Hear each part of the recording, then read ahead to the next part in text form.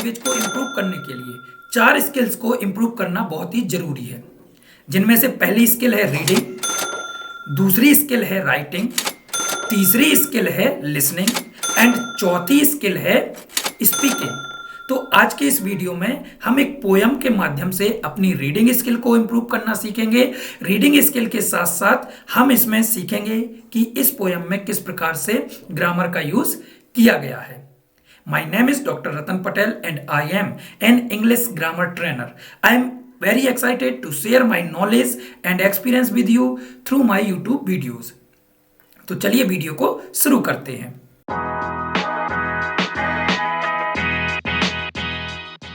इस पोयम का जो टाइटल है वह है इन द प्लेग्राउंड, खेल के मैदान में। लेट्स लर्न, चलो सीखते हैं। लेट्स लर्न मतलब चलो सीखते हैं। लर्न मतलब सीखना, और यहां पर ये इंपरेटिव सेंटेंस का यूज किया गया है। यहां पर इंपरेटिव सेंटेंस का यूज किया गया है। तो लेट्स लर्न, चलो सीखते हैं। About the various swings, various मतलब होता है कई, वेरियस मतलब होता है कई, बहुत। स्विंग्स मतलब झूले। तो विभिन्न प्रकार के झूलों के बारे में इस पोयम के माध्यम से सीखते हैं।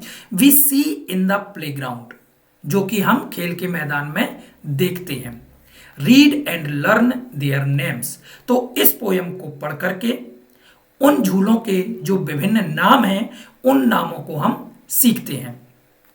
तो आप देख सकते हैं यहां पर ये पहला झूला है जिसमें 2 लड़के झूल रहे हैं।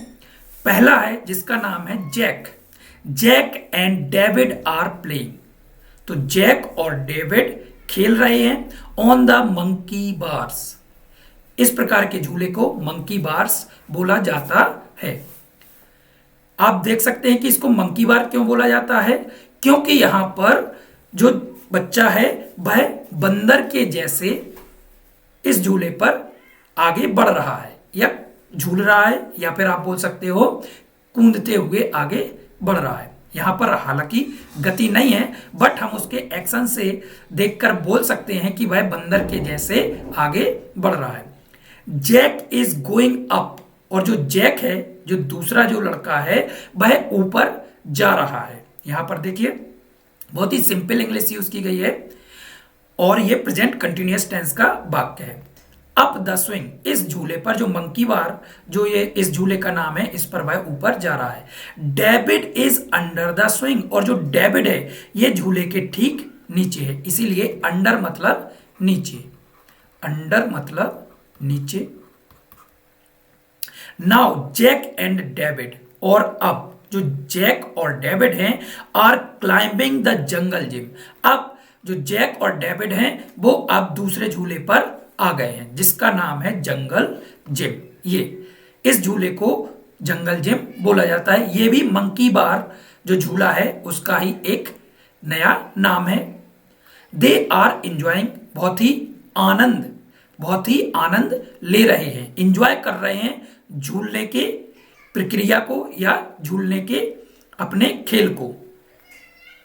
नाउ यहां आप देख सकते हैं जो थर्ड झूला है, सुजैन, जो एक नया पात्र है या एक जो नई लड़की है जिसका नाम है सुजैन, इज स्लाइडिंग।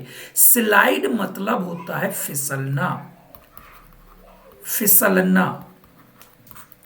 तो सुजैन इज स्लाइडिंग, सुजैन जो है वो फिसल रही है ऑन द स्लाइड। ये जो फिसलन है या जो फिसल पट्टी है जिसे हम बोल सकते हैं, उस फिसल पट्टी पर सुजैन फिसल रही है।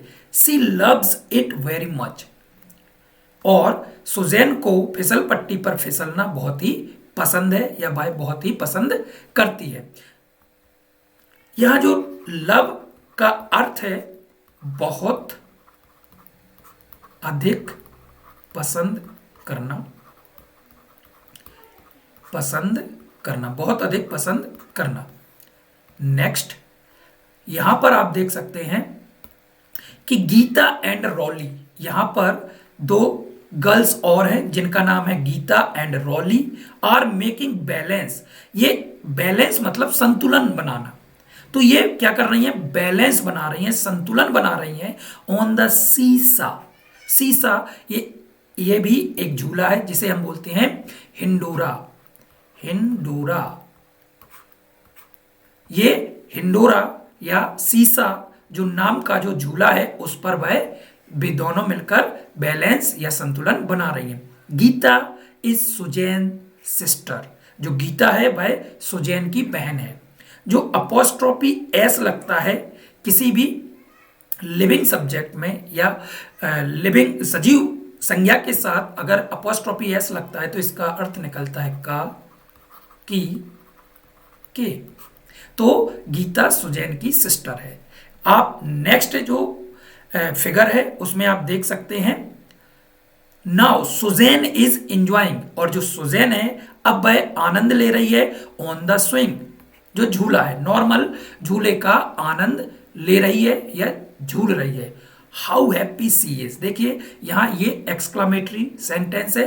हाउ हैप्पी सी इज, भाई कितनी खुश है, झूले पर झूलते हुए भाई कितनी खुश दिखाई दे रही है। गीता, जो नया यहां जो गीता है जो एक नई पात्र है, let's now ride on merry go round, तो बोलती है लेट्स नाउ, चलो चलते हैं, राइड सवारी करना, राइड मतलब सवारी करना, ऑन मैरी गो राउंड, ये भी मैरी गो राउंड मतलब हिंडोरा है, ये भी जो गोल गोल चक्कर जिससे लगाते हैं तो उसको बोला जाता है merry go round.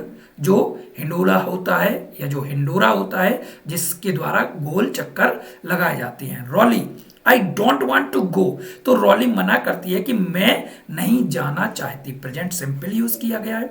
I don't want to go, I want to play hopscotch, और वह बोलती, रॉली बोलती है कि मैं हॉप स्कॉच को खेलना चाहती हूं। तो जो हॉप स्कॉच है, हॉप स्कॉच ये बच्चों का खेल है, ये बच्चे कूदते हुए इसको खेलते हैं और इसको हम बोल सकते हैं लंगड़ी खेलना, और ये जमीन पर आकृतियां बना करके बच्चे खेलते हैं। गीता, आई टू वांट टू, यहां पर जो टू है इसका अर्थ होता है भी, टू मतलब भी, और इस टू का अर्थ होता है दो नंबर जो जिनसे हम गिनती करते हैं, तो टू।